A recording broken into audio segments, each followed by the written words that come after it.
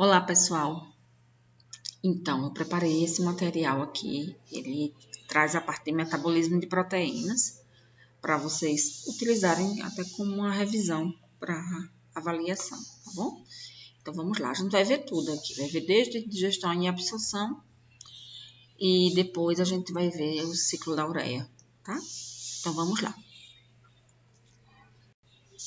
Então, como já é conhecido de todos, né? As proteínas elas são formadas a partir dos aminoácidos, né? Os aminoácidos são os monômeros que formam esse polímero de tamanho diverso, que é uma proteína, e esses aminoácidos estão unidos por ligações peptídicas.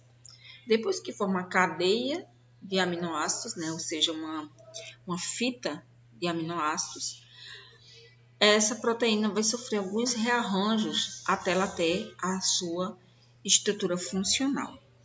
E aí, até que isso aconteça, alguns estágios de mudança estrutural vai acontecendo, tá? Quando a gente considera a sequência aminoácidica puramente, a gente diz que isso é a estrutura primária da proteína. Essa estrutura primária, ela sofre algumas modificações, como folha beta pregueada, a proteína no formato de barril, dobra beta, alfa-hélice, que vai dar um enovelamento a essa proteína, tá? Nesse ponto, a gente chama de estrutura secundária. Ela é estabilizada por pontes de hidrogênio, tanto folha beta quanto as alfa-hélice, beta-folha, etc. Então, essas linhas vermelhas que estão aqui indicam essas amarrações entre o esqueleto de carbono de uma sequência de aminoácidos, certo? Quando a gente considera, além dessas ligações no esqueleto carbônico, mas também ligações entre as cadeias laterais dos aminoácidos, então a gente considera isso como estrutura terciária. E estrutura quaternária, ela é atendida quando uma proteína ela alcança sua conformação nativa, que é funcional, quando e somente quando mais de uma cadeia peptídica interagem entre si, formando uma proteína ativa, tá? Isso aqui vocês já viram em bioquímica de proteína, né? Que é um conteúdo que trata exatamente dessas configurações estruturais de aminoácidos e de proteínas. Então, quais são as fontes de proteína que o nosso organismo tem? É basicamente de duas fontes de energia de proteína, né? A primeira dela é a fonte exógena, que é oriundo de alimentos ricos em proteínas. Aqui a gente tem um exemplo do ovo e do músculo, né? Que são tecidos ricos demais em proteínas, tá? Aqui é um tecido, né? Aqui é um agregado de biomoléculas. E também nós temos a síntese de proteínas a partir de moléculas celulares, né? A partir de substratos celulares. Então, a gente lembra que a partir da ribose 5-fosfato a gente pode produzir histidina, a partir do 3-fosfo glicerato a gente pode produzir serina, a partir de serina, glicina e cisteína. A partir do 3-fosfoglicerato produzimos eritrose 4-fosfato, que vai também, juntamente com fosfenolpiruvato, produzir triptófano, fenilalanina e tirosina. Também, a partir do piruvato, alanina, valina, leucina e isoleucina. E intermediários do ciclo: alfa-cetoglutarato, glutamato, glutamina, prolina, arginina. E oxalacetato, produzindo aspartato, asparagina, metionina, treonina e lisina. Esses aminoácidos serão, então, utilizados para a síntese proteica intracelular.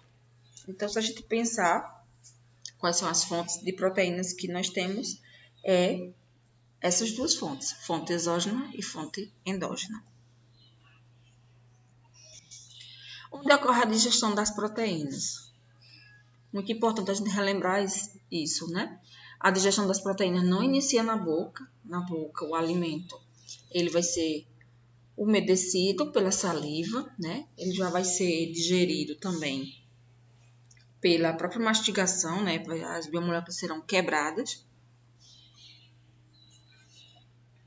Mas a digestão, a quebra de ligações peptídicas, acontece no estômago e no intestino delgado, tá? Então, são esses os dois locais. Aqui no estômago, nós temos a participação de células importantes, células parietais produzindo HCl, células principais produzindo pepsinogênio, que é o precursor da pepsina.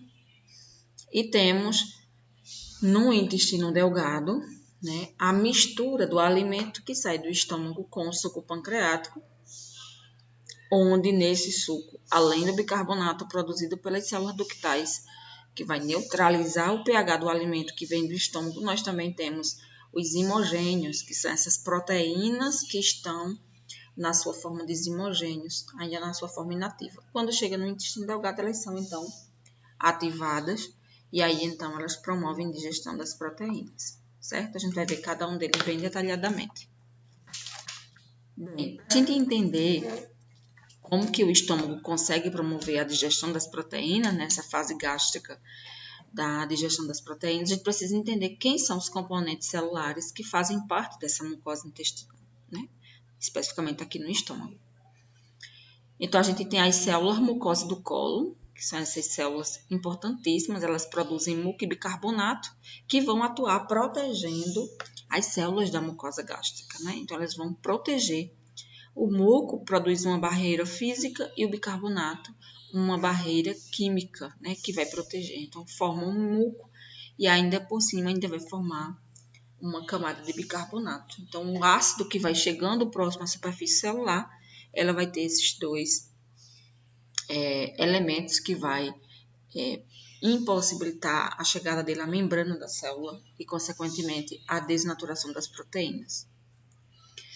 Temos células parietais, que assim como as principais são extremamente importantes para a digestão das proteínas.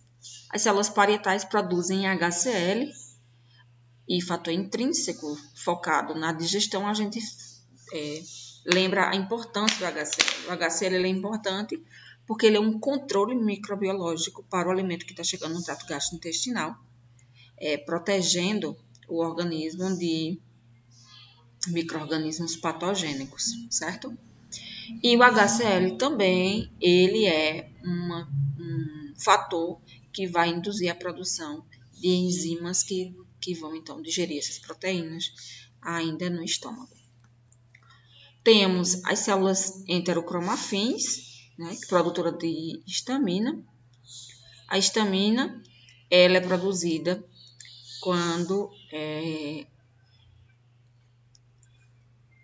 a gente tem a disponibilidade da gastrina, a gastrina estimula as células enterocromafins a secretar histamina, e a histamina ela vai, então, atuar estimulando a secreção de ácido graxo, tá? Então, ela atua nesse processo de regulação da atividade das células parietais.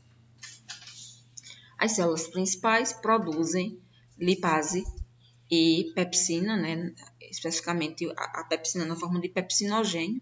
A lipase gástrica ela faz uma digestão ainda muito prematura, incipiente, fica melhor, né? Dos lipídios, porque no estômago não tem bile.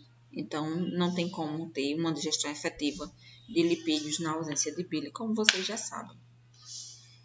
E temos a produção dessas duas proteínas sendo regulada por acetilcolina e por ácido graxo e por secretina. A função da pepsina é a digestão das proteínas, a função da lipase é a digestão de gordura. As células D, que produzem somatostatina, a célula dela é ativada por ácido gástrico, né, pelo HCl, entra na liberação somatostatina, e a somatostatina ela inibe a atividade da célula parietal na produção de ácido graxo, né, enquanto a histamina induz um feedback positivo, a somatostatina induz feedback negativo.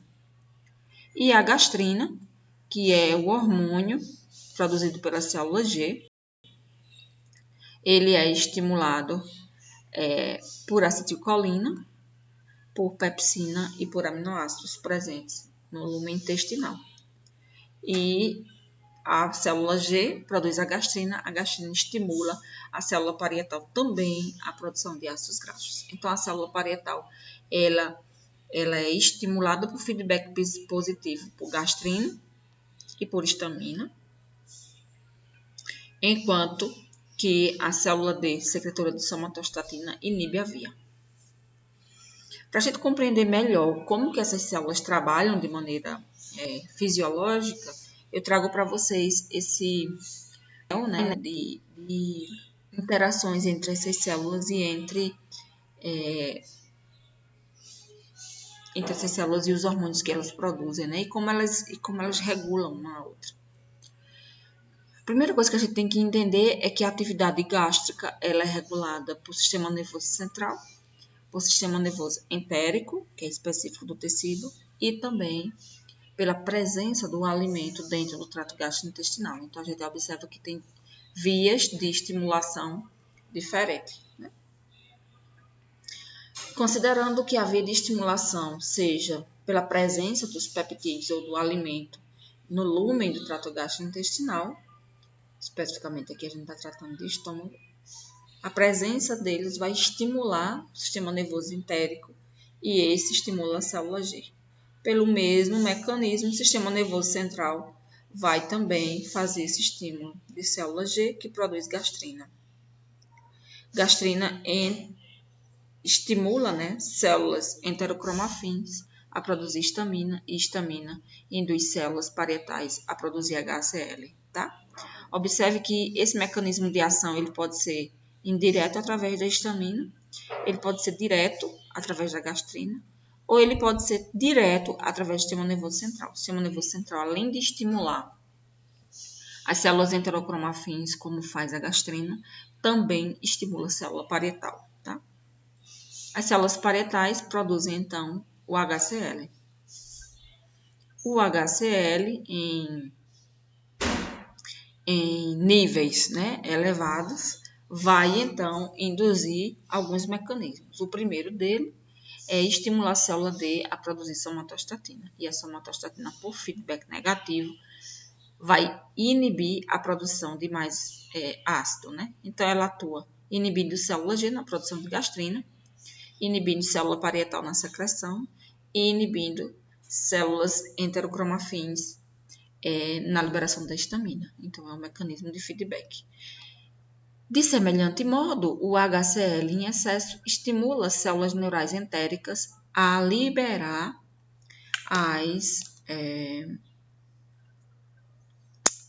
ele vai estimular as células principais a produzir e liberar o pepsinogênio.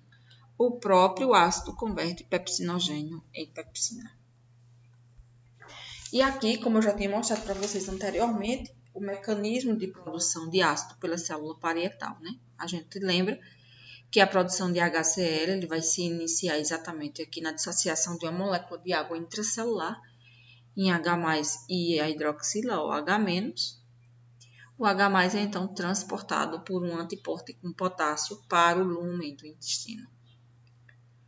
Enquanto que a hidroxila, pela anidrase carbônica, se associa ao CO2, produzindo bicarbonato. O bicarbonato sai da célula por um antiporte com cloro.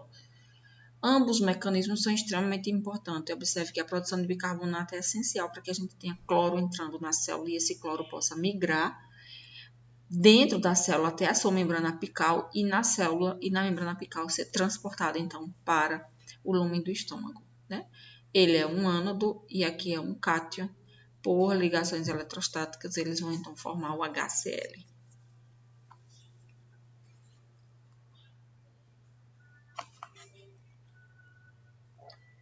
Também lembro a vocês que quanto maior a concentração de proteínas dentro do trato gastrointestinal, maior vai ser a produção de ácido para promover essa digestão. Sendo assim, maior será a produção de bicarbonato. Esse bicarbonato, produzido pelas células parietais, vão para a corrente sanguínea e alcalinizam os fluidos biológicos.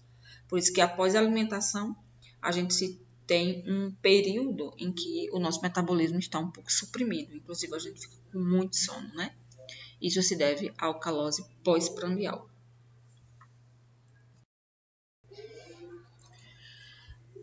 Pois bem, agora no estômago nós vamos ter então a produção do HCl, estimulado pela gastrina, e também a produção do pepsinogênio. O próprio HCl produzido nas células parietais converte pepsinogênio em pepsina. E aí então a pepsina inicia a quebra das proteínas, né?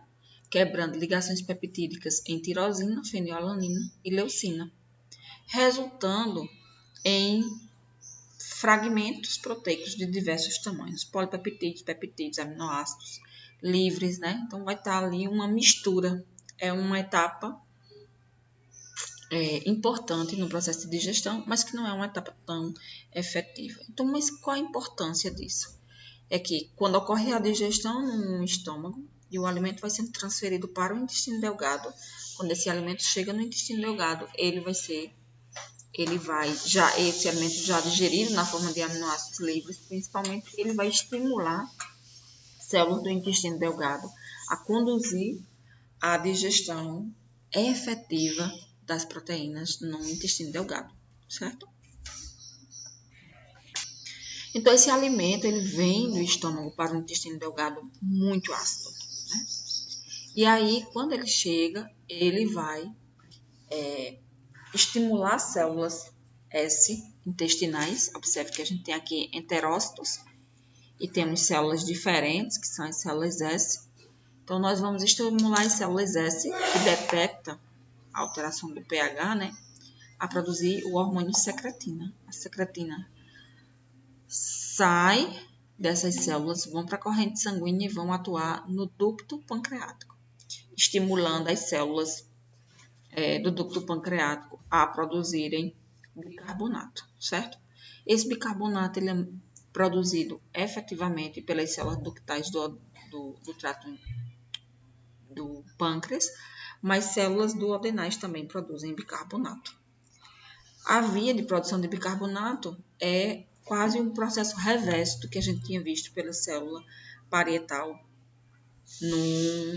no slide anterior, né? Então, a gente observa que aqui, ó, a anidrase carbônica, ela associa água mais CO2, produzindo, então, o bicarbonato, mais H+, formando, então, esse ácido carbônico. Não, bicarbonato mais H+, certo? O bicarbonato ele joga para o lúmen intestinal e o H+, ele vai transportar para o intestício, tá? No antiporte com sódio. E aqui o bicarbonato no antiporte com cloro. Esse H+, ele então é transportado para o intestício e do intestício para a corrente sanguínea. E aí, então, ele vai se associar com o bicarbonato que foi liberado pela célula parietal dentro dos fluidos biológicos, né? Formando o ácido carbônico que se dissocia em CO2 e água.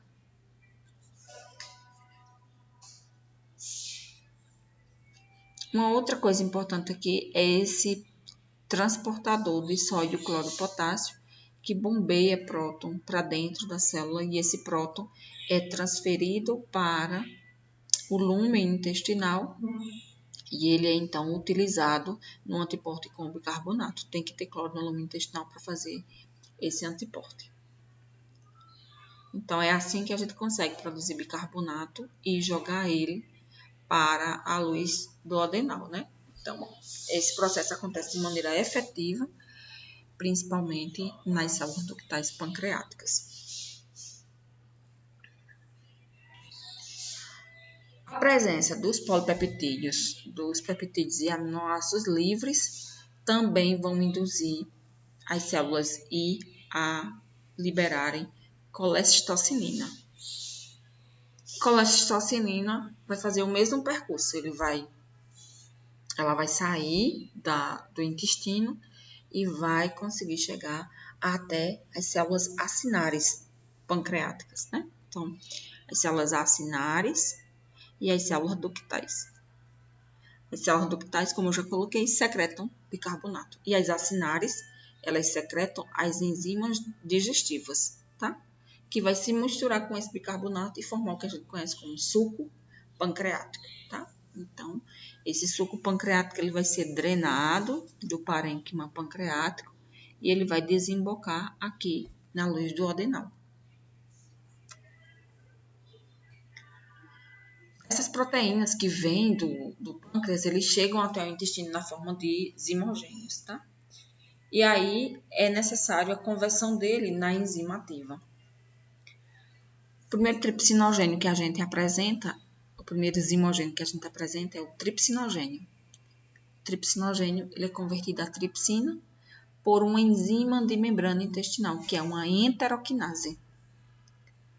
A tripsina ela é uma enzima extremamente importante, seja pelo seu papel direto na digestão dos aminoácidos, seja pela conversão de outras proteínas. Tá? Então, é a tripsina que converte quimiotripsinogênio em quimiotripsina, converte procarboxpeptidase A em carboxpeptidase A, procarboxpeptidase B em carboxpeptidase B, proelastase em elastase.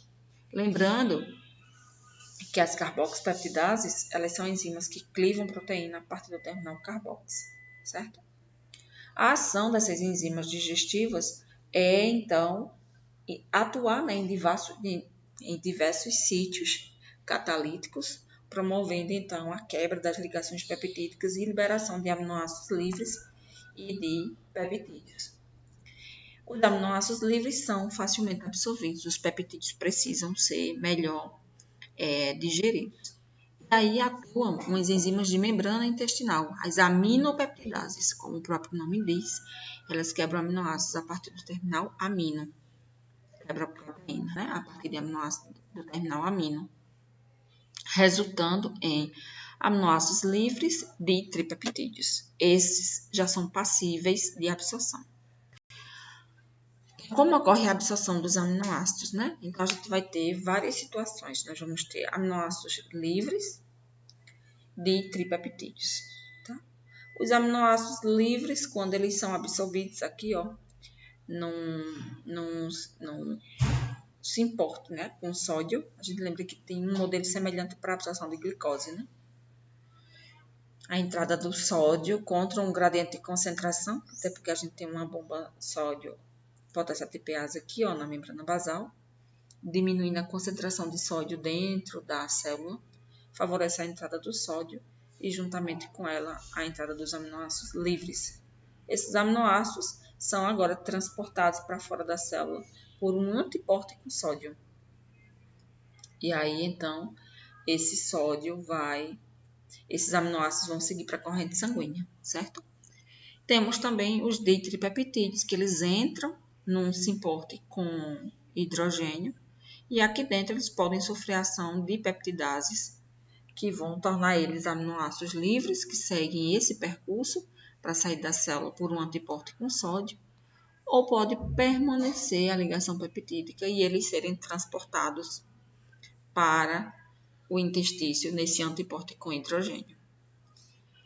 De qualquer forma, tanto ditripeptídeos e aminoácidos livres chegam na corrente sanguínea. E um outro também mecanismo de absorção de aminoácidos é através da transcitose, né? Que os aminoácidos são, então, que fragmentos de aminoácidos são, então, endocitados e transportados para a membrana basal, onde são, então, liberados para o intestício, do intestício para a corrente sanguínea, de modo que eles são, então, transportados sistemicamente.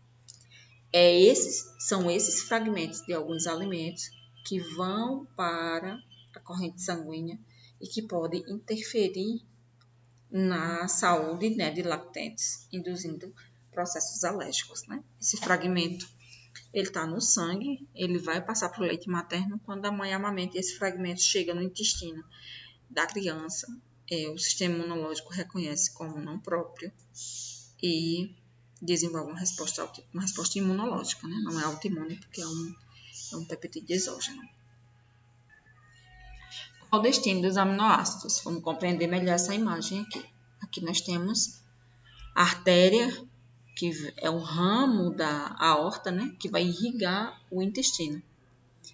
e a função dela é entregar oxigênio e nutrientes para essas células. Essas células vão, então, atuar absorvendo nutrientes, né? Aqui está representado não só intestino, mas também pâncreas baço. E aí os nutrientes que são absorvidos do processo de digestão e de absorção são então transportados para o fígado pela veia porta-hepática. Dentro do fígado, eles são entregues e o que sobra, né, o remanescente, sai do fígado pela veia porta-hepática para ser entregue sistemicamente. Entra no átrio direito, passa para o ventrículo direito, vai para os pulmões, é oxigenado, volta aqui para o átrio esquerdo, é transferido ao ventrículo esquerdo e segue o trajeto sistemicamente, tá? Voltando para o intestino, voltando para o fígado e para todos os tecidos. Esse sangue que volta pela aorta é um sangue oxigenado e é um sangue nutrido. Bem, agora que a gente compreendeu todo esse processo de digestão e de absorção dos nutrientes, agora a gente vai entender qual é o destino desse nutriente quando ele é entregue nos tecidos, né, sistemicamente.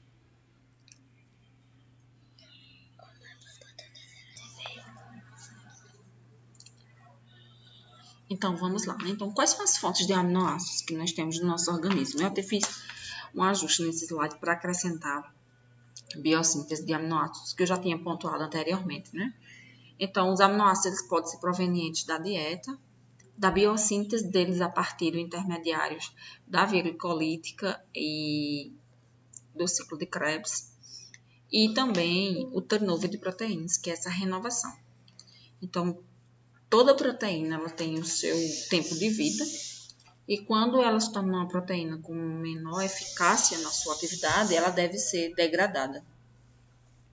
E aí, então, a forma de sinalizar que a proteína está envelhecida é ligando a ubiquitina, tá? Existe um sistema de sinalização de proteínas velhas ou de proteínas que estejam mal enoveladas, tá?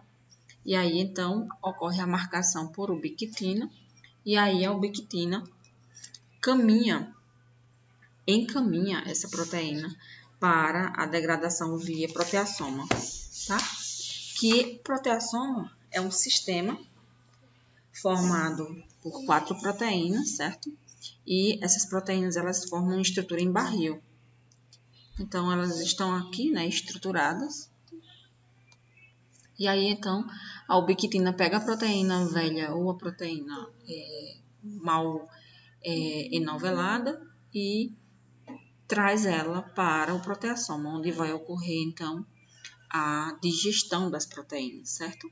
Então, a proteína entra aqui e sofre digestão. A primeira parte do proteassoma é exatamente essa porção dele que recebe essas proteínas, e as duas últimas são porções catalíticas, tá? Que vai quebrar essas proteínas a aminoácidos. 75% dos aminoácidos provenientes do turnover de proteínas são reutilizados para a síntese de proteína. Então, não deixa de ser uma fonte de aminoácidos, tá? E o restante vai seguir para a etapa de excreção. Normalmente, diariamente, a gente tem um turnover de proteína, uma pessoa adulta, né? Tem um turnover de proteína de 300 a 400 gramas de proteínas, tá?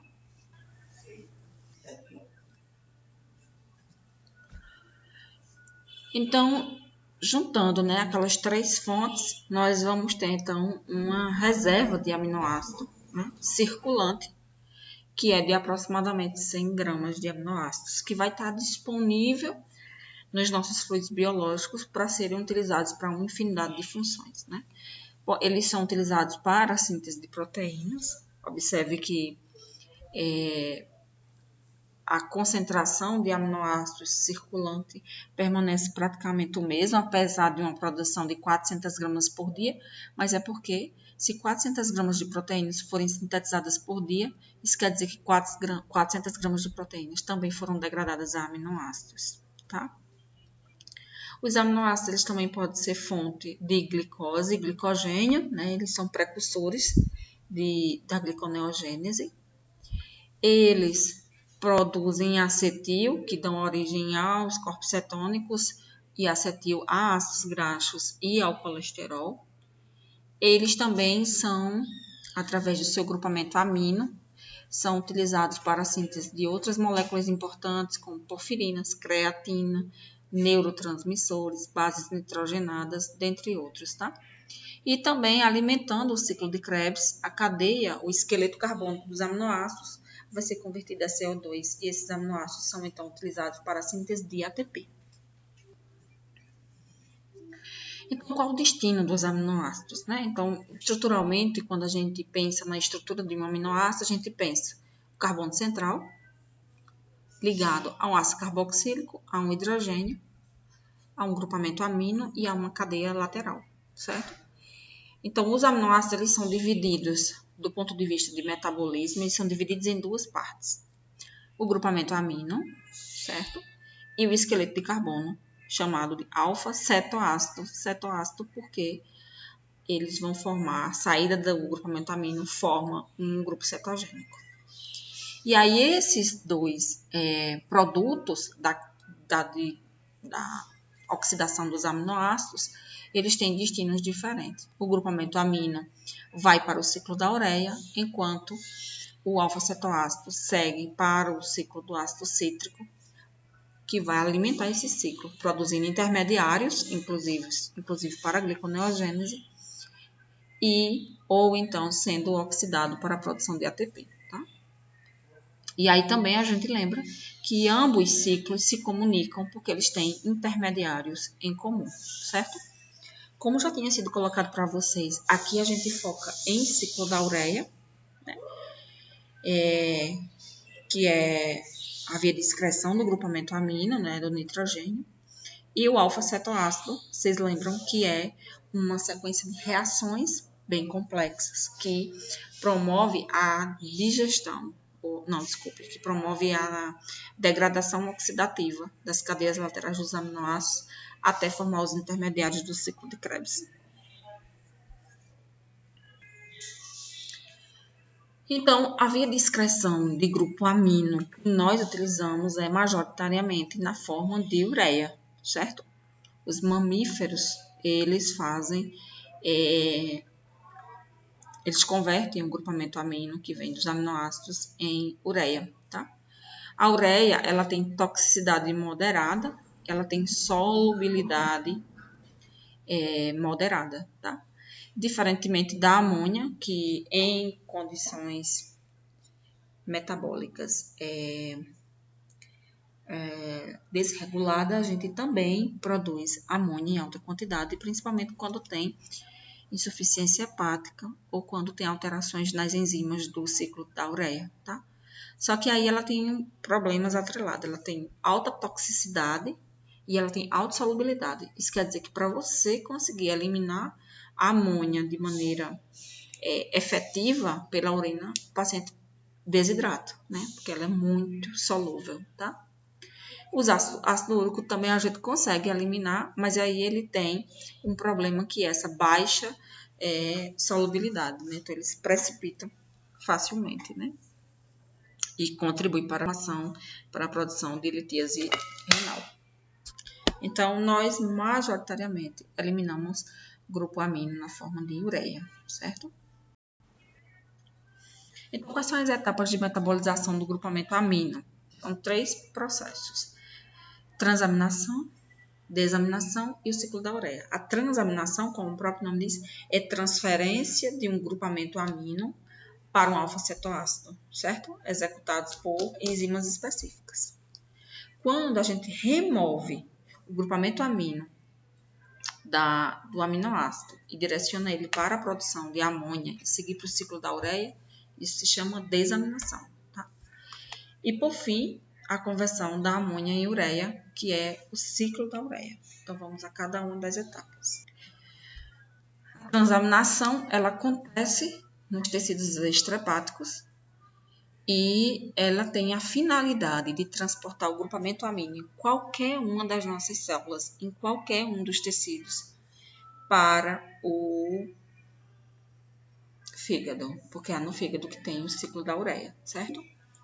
Então, uma das formas de transportar grupamento amino dos tecidos extrahepáticos para o fígado é através da alanina sanguínea, certo? Mas como que a gente produz alanina nesses tecidos? Então, vamos entender. A proteína, ela sofre proteólise, né? E os aminoácidos, que a gente viu, os 20 tipos de aminoácidos, são então convertidos a glutamato. Todos os grupamentos aminos dos 19 aminoácidos, né? Exceto o glutamato, que o glutamato já vai estar pronto para seguir na via. Eles transferem seu grupamento amino pela glutamato desidrogenase para o alfa-cetoglutarato, produzindo glutamato. Produzir o glutamato, ele então vai transferir seu grupamento amino para o piruvato, formando a alanina. O glutamato, sem o grupamento amino, é o alfa-cetoglutarato, é o intermediário do ciclo de Krebs. Quem faz essa transferência é a alanina aminotransferase, tá? Formou a alanina, ela vai para a corrente sanguínea, na corrente sanguínea ela vai ser entregue no fígado. Chegou no fígado, faz-se então a reação reversa. A alanina aminotransferase tira o grupamento amino da alanina, entrega ao alfa-cetoglutarato, formando o glutamato. E a alanina, então, a alanina sem o grupamento amino é o piruvato. O piruvato, gliconeogênese, glicose sanguínea e retoma esse ciclo, tá? O glutamato agora dentro do fígado, ele então vai ser um doador de grupamento amino para o ciclo da ureia. E não só para isso, tá? Ele também vai doar grupamento amino para formar aspartato, que é um outro intermediário do ciclo, mas no fim de tudo vai tudo para o ciclo, né? Mas lá ele atua como um reservatório de grupamento amino intrahepático. Vimos também que quando o paciente tem um processo de proteólise bem intensa, a alanina ela tem uma maior dificuldade de transportar todos os grupamentos aminos do tecido extrahepático para o fígado. E aí, então, esse transporte vai ser mediado pela glutamina. Qual é o objetivo? É tornar o transporte mais efetivo. A alanina ela tem um único grupamento amino de cadeia principal, enquanto que a glutamina tem 2 grupamentos amino. Um da cadeia principal, ou da estrutura central do aminoácido, e o outro na cadeia lateral, tá? Então, como que acontece a produção de glutamina?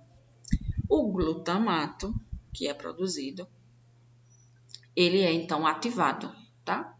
Ele se liga a um fosfato pela glutamina sintase. A glutamina sintase, ela vai ligar um fosfato à estrutura do glutamato, formando gama-glutamilfosfato. O gama-glutamilfosfato agora, então, recebe uma amônia, um grupamento amino, que entra exatamente onde tem esse fosfato. Sai o fosfato e ele entra, formando, então, a glutamina.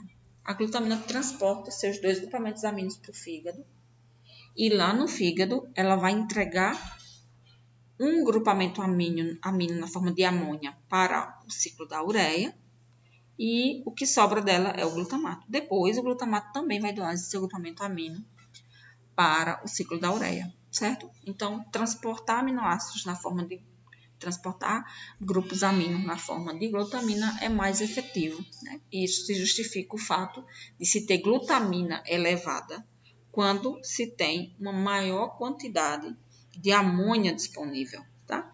Isso pode acontecer decorrente de uma doença muscular, uma distrofia, por exemplo, né, que é uma doença crônica, em que o tecido muscular ele vai sofrer proteólise, né? O paciente ele tem uma perda de massa magra contínua, tá?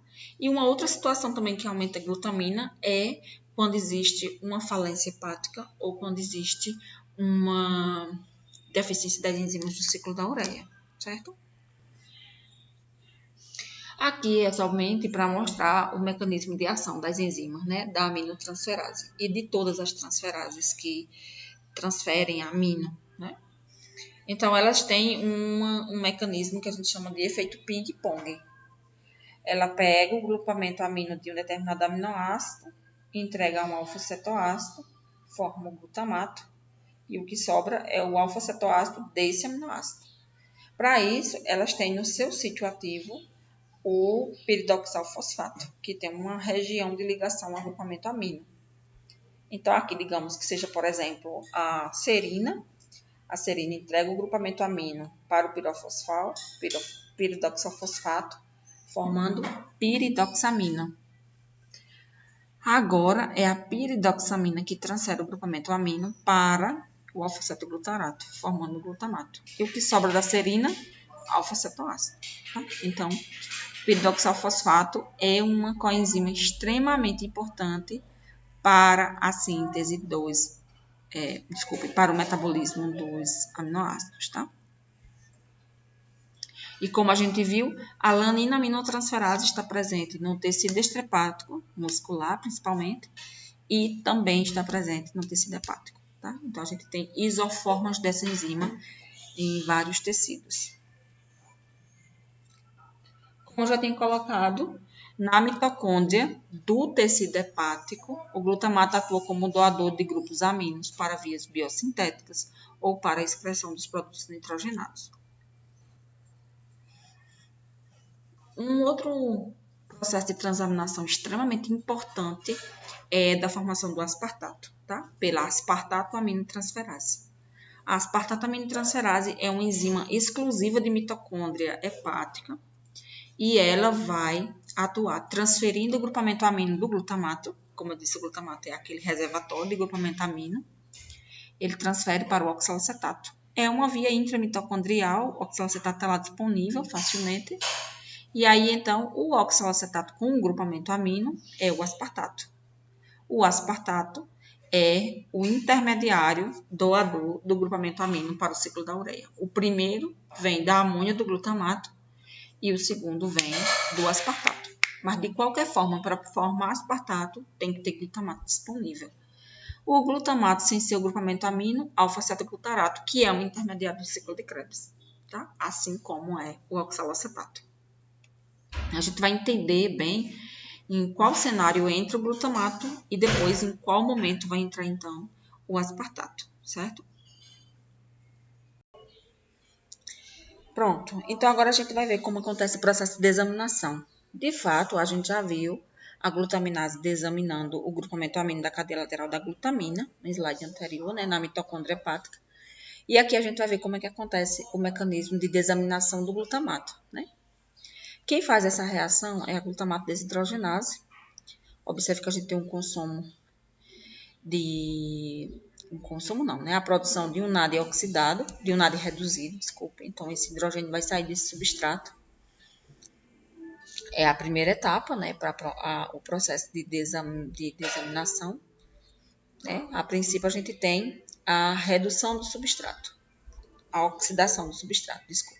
Oxida o substrato e reduz a coenzima, né? E é exatamente nesse ponto aqui onde vai sair esse grupamento amino, né? Ele tinha 3 hidrogênios, agora ele só tem 2 hidrogênios, tá? Ligados por uma dupla a esse carbono. A segunda etapa da reação realizada pela glutamato desidrogenase é através de uma hidrólise entre a molécula de água e sai então a amônia. Observe que o oxigênio da molécula de água vai vir exatamente para esse carbono. Por isso que a gente diz que a gente forma um alfa-cetoácido, porque a gente forma um grupo cetogênico, tá? E os 2 hidrogênios da molécula de água se juntam aos 2 hidrogênios do grupamento amino, formando então a amônia. Essa amônia liberada, ela segue para o ciclo da ureia, enquanto que o alfa-cetoglutarato para o ciclo de Krebs e síntese de glicose. Então, esse é o ciclo de Krebs, tá? Descoberto, né, por ele em 1932. É um ciclo relativamente simples. Aqui a gente tem a estrutura geral, né? O esquema geral, na verdade, do ciclo. Relembrando para vocês que essa amônia chega para o ciclo de Krebs proveniente da glutamina ou do glutamato, né? Glutamina ou glutamato do tecido extrahepático chega no fígado e na matriz mitocondrial,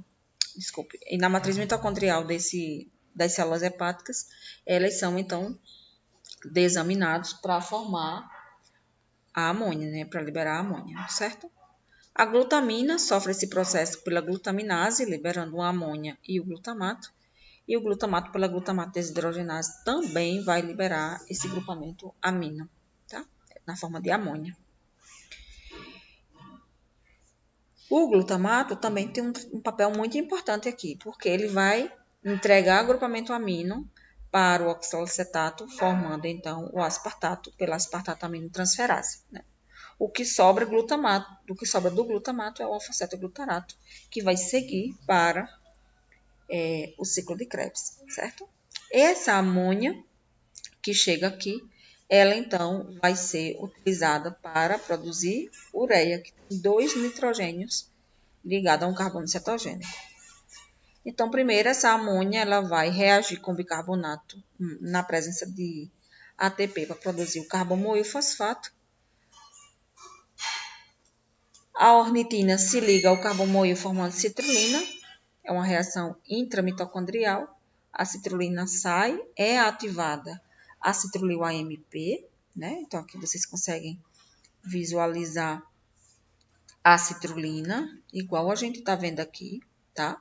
A diferença aqui é que uma das duplas desse carbono vai ser quebrada para entrar o AMP, ligado a ele pelo fosfato, tá? O citrulil AMP é um intermediário ativo que possibilita, então, a entrada do aspartato exatamente aqui nesse carbono. O nitrogênio do aspartato vai também se ligar a esse carbono, formando arginino succinato, certo? Aqui a gente tem o que veio da citrulina mais detalhada. O aspartato, o arginino succinato, ele é clivado a primeira delas é a arginina. Produção ela é então hidratada a ureia e ornitina, e aí então nessa reação a gente tem bicarbonato, ATP. É pertinente a gente observar também os precursores e temos a intermediários do ciclo. Então vamos ver quais são as etapas da reação. A produção do aspartato realizada pela carbomoil fosfato sintetase. Esse oxalacetato é um intermediário do ciclo de Krebs.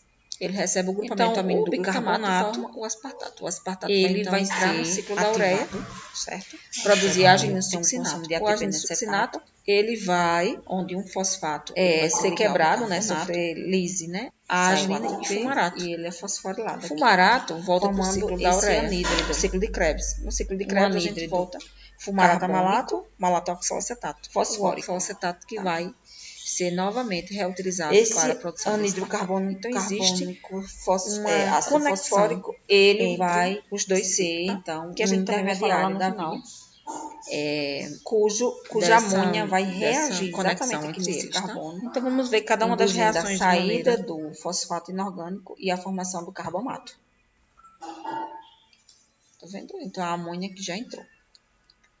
Em seguida, o carbomato é mais uma vez fosforilado, formando então o carbamoil fosfato, tá? Que é esse daqui, carbamoil fosfato. Essa é a primeira, na verdade não é a primeira reação, é a reação de formação do carbamoil fosfato. A primeira reação do ciclo da ureia é quando o carbamoil fosfato ele cede seu grupo carbamoil, observe que sai o fosfato, para a ornitina, formando a citrulina. Uma reação realizada pela ornitina transcarbomoilase.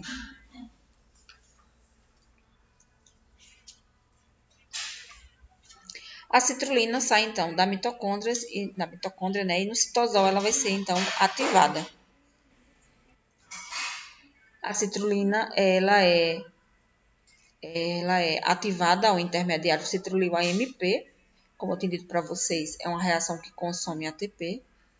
E aí então o AMP vem e se liga exatamente aqui, aquele carbono cetogênico da citrulina, tá? Formando esse intermediário de alta energia. É a formação desse intermediário que permite, então, a entrada do aspartato, que é o segundo doador de grupamento amino para o ciclo da ureia. Entra o aspartato e sai o AMP. A ligação esta, que estava aqui, né, é quem vai manter que vai favorecer agora a ligação do aspartato. O nitrogênio do aspartato aqui de verdinho, ligado exatamente a esse carbono aqui, ó. Então, agora eu tenho um carbono ligado a 2 grupamentos amino, que um faz parte da citrulina e o outro faz parte do aspartato. Essa molécula é chamada arginino succinato. Quem produz Arginino succinato é a enzima que faz essa reação, né, de conversão de citrulina a arginino. É a arginino succinato sintase, certo? Deficiência da enzima ornitina transcarbomoilase vai aumentar a amônia circulante, porque é uma deficiência da enzima que faz essa conversão de amônia a carbomoilfosfato. Uma deficiência, seja uma deficiência por expressão ou então uma mutação da arginino succinato sintetase, vai resultar em aumento de amônia circulante, mas também de citrulina. O paciente tem citrulinemia, tá? Então, dependendo do local, da região do ciclo da ureia, ou melhor, da reação do ciclo da ureia que vai estar comprometida, a gente vai ter um aumento de intermediários do ciclo também. A terceira reação é quando o arginino succinato ele é clivado em arginina e fumarato pela arginino succinase. Tá? Ela atua aqui, reação 3. Fumarato e arginina. Fumarato segue para o ciclo de Krebs, como eu disse para vocês.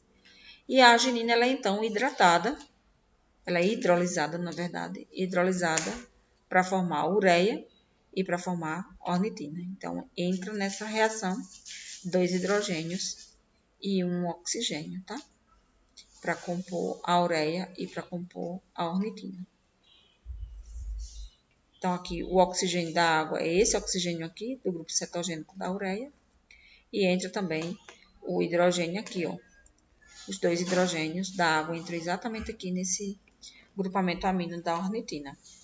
E aí, então, a ornitina está pronta para retomar o ciclo da ureia. Qualquer mutação nessas enzimas, seja na arginina succinase ou na arginase, pode ter um aumento de outros intermediários do ciclo, mas principalmente o aumento de amônia. Tá? Sempre vai ter hiperamonia. E aqui é somente para a gente relembrar cada etapa, né? A conversão de amônia a carbomoil, a doação do carbomoil para a ornitina formando citrulina, a citrulina reagindo com ATP e formando um intermediário, o citrulil AMP, a entrada do aspartato e a saída do AMP formando o arginino succinato quebrado, clivado, né? A fumarato e a arginina hidrolisada, a ureia e a ornitina. Então, são reações que formam, né, essa estrutura que é relativamente simples, né, mas que tem vários processos patológicos atrelados, que é o famoso ciclo da ureia. Tá? E aqui, para lembrar a vocês aquela conexão, né? O oxalacetato do ciclo de Krebs é convertido em aspartato, o aspartato a fumarato, fumarato a malato, malato a oxalacetato, dentro do ciclo do ácido cítrico, né? O oxalacetato a malato, e aí o malato volta para alimentar a via do oxalacetato. Lembrando que o arginino succinato, além de ser quebrado a fumarato, ele também é clivado à arginina, né? Que é o intermediário do ciclo da ureia. Aspartato, arginino succinato, fumarato, oxalacetato.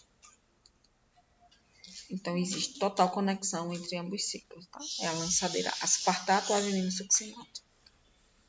Então, aqui a gente consegue compreender qual é o destino do grupamento amino. Formou a ureia sai do tecido hepático, vai para a corrente sanguínea e vai ser filtrada, vai ser secretada lá nos néfrons, tá? E vai compor a urina que vai ser, então, excretada.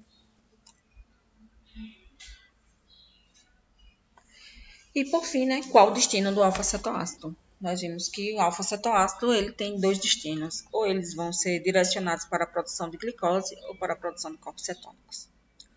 Os aminoácidos que formam alfa-cetoglutarato, succinil-CoA, fumarato, oxalacetato piruvato, eles são todos glicogênicos. Por quê? Porque todos convergem para a produção de oxalacetato. Os que entram antes do alfa-cetoglutarato saem, o carbono sai na forma de CO2. Então, tem que ser a partir de alfa-cetoglutarato, tá? Então, dentro do ciclo, eles vão alimentando o ciclo até a produção de oxalacetato. Na primeira reação da gliconeogênese, a gente aprendeu que o oxalacetato é convertido em fosfenolpiruvato e segue, então, na gliconeogênese, produzindo glicose, tá? Temos também aminoácidos que formam corpos cetônicos, tá? Eles são aminoácidos que são convertidos a piruvato, piruvato a acetil, ou aminoácidos que são convertidos diretamente a acetil, ou os que são convertidos a acetoacetil-CoA, tá?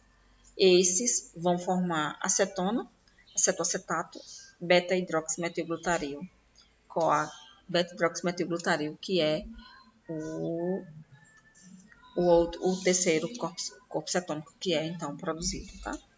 Esses corpos cetônicos, a gente já